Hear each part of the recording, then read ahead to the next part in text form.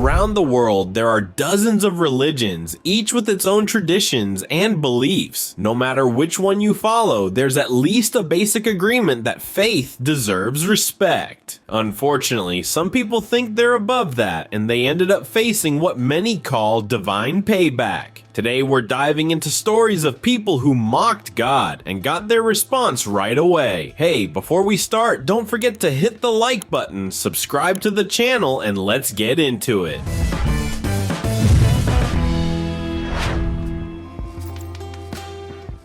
Modern pop stars love to stir controversy, but rapper Lil Nas X seemed determined to cross every possible line. He wasn't content with just suggestive lyrics and inverted crosses. In a music video, he infamously gave the devil a lap dance. Later, he dropped 666 pairs of custom Satan shoes, complete with real human blood mixed into the red dye. In another stunt, he dressed as a crucified Jesus. At first, the shock value worked. Headlines, views, memes, but soon his momentum fizzled. Concert sales slowed, his relevance dipped, and then came unsettling news. At only 26 years old, he was hospitalized with partial facial paralysis. Fans debated whether it was simply bad luck or something deeper. Religious communities called it divine justice, pointing to Galatians 6:7. Do not be deceived, God is not mocked. A man reaps what he sows. Even critics who didn't believe admitted the timing was eerie. His rise was meteoric, but his fall was just as fast.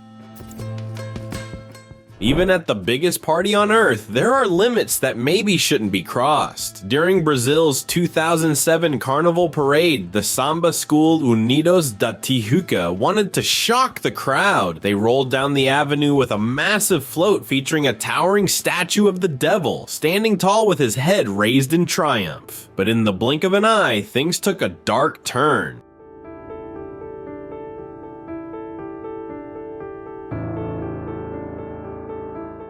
Right in the middle of the parade, the float suddenly caught fire. Panic erupted. Dancers scattered, firefighters rushed in, and spectators stood in horror watching flames consume the giant demon. And the creepiest detail, after the fire was controlled, the once powerful statue now stood with its head hanging low, looking defeated, as if the heavens had personally intervened. The technical failure cost the school dearly. Unidos da Tijuca tied in points with another competitor, but lost the tiebreaker on the very category of evolution, downgraded because of the incident. Instead of first place, they dropped to fourth. For those who watched live, the sight of the devil's head slumped in defeat right after being engulfed in flames was unforgettable. Many said the symbolism was too obvious to ignore. A bold attempt to glorify darkness reduced to ashes in minutes.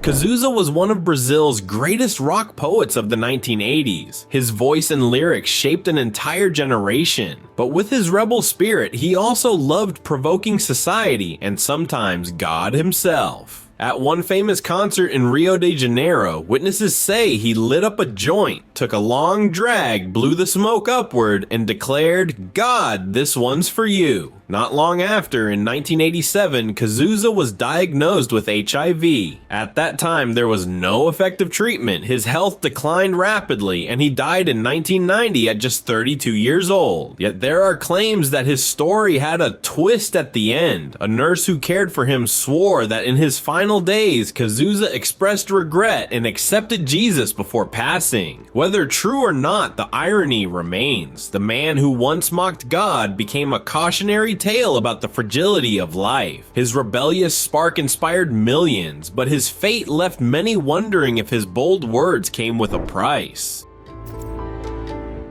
Imagine mocking God and getting a response immediately. That's exactly what Amelia, a young Australian stripper, says happened to her. By her own account, she lived recklessly, drowning herself in alcohol, drugs, and one-night stands. To push her rebellion further, she decided to get a tattoo on her backside, deliberately designed to offend God. But as she lay on the tattoo table, her body suddenly froze, complete paralysis.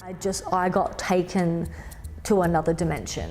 Everyone's hell's different. This hell was perfectly choreographed around my life. And in that terrifying moment, she claims she had a vision of hell. In it, she saw Jesus, warning her of where she was headed if she didn't change. Shaken to the core, Amelia abandoned her old lifestyle. She quit drugs, left stripping behind, and today spends her life preaching on the streets, telling her story of a divine wake-up call. Her transformation stunned her old friends. Proof, in her mind, that the warning she received wasn't just in her imagination. Have you ever heard of Bruce Spencer? He called himself a pastor, but his sermons often clashed with traditional Christian teaching. In one message, he referred to God as Holy Mother God and declared he didn't believe the Bible was divinely inspired, calling it a man-made book full of contradictions. Not long after that sermon, something shocking happened. Lightning struck the very church where he preached. Flames tore through the tower and quickly consumed the building, reducing it to rubble. Spencer and his followers stood outside, helpless, as their place of worship turned to ashes. News outlets covered the fire, and critics wasted no time in calling it divine feedback. For believers, the timing was impossible to dismiss. Brandon Robertson is no stranger to controversy. He's an openly gay pastor whose blunt statements have sparked backlash not just from Christians, but from Buddhists and Muslims too. During one particular sermon, as he passionately declared that minorities had much to teach the church, something right out of a movie occurred. Minorities have something to teach the church about dying to self, about new life, about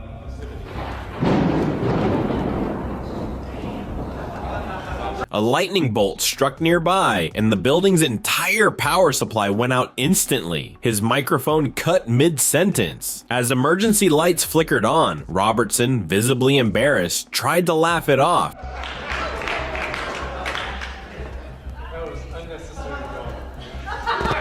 That is not a sign of God's judgment, okay? Insisting it wasn't a sign of God's judgment. But to many in attendance, and later to countless viewers online, the timing felt too precise to ignore. Clips of the moment went viral, with comments ranging from pure coincidence to the heavens just fact-checked you.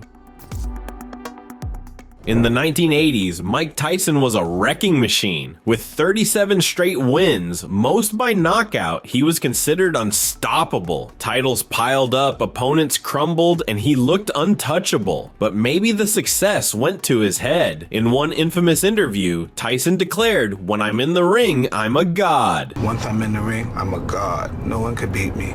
The arrogance was too much for many fans, and critics slammed him for his blasphemy. Shortly after, his life spiraled. His marriage collapsed within a year. In 1990, his invincible streak shattered when underdog Buster Douglas knocked him out in a fight that stunned the world. For believers, it was Proverbs 16:18 in action. Pride goes before destruction, a haughty spirit before a fall. For Tyson, the fall was literal, and it hurt. Sports headlines even called it the night the myth of Tyson died.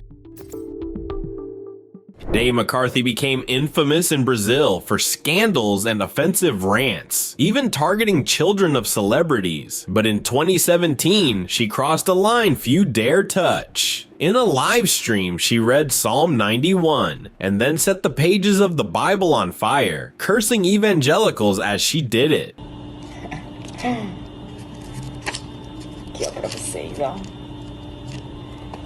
The backlash was immediate. Viewers called it one of the most blatant acts of blasphemy they'd ever seen online, and then karma, or judgment, seemed to arrive. Soon after, Day announced she'd been diagnosed with a brain tumor. The internet went wild, interpreting it as divine payback, but weeks later she revealed it was a false alarm after further tests. Still, many saw even the scare itself as a warning shot from above. Since then, Day has avoided mocking God in public again. To this day, clips of her burning the Bible resurface online as a cautionary tale about going too far.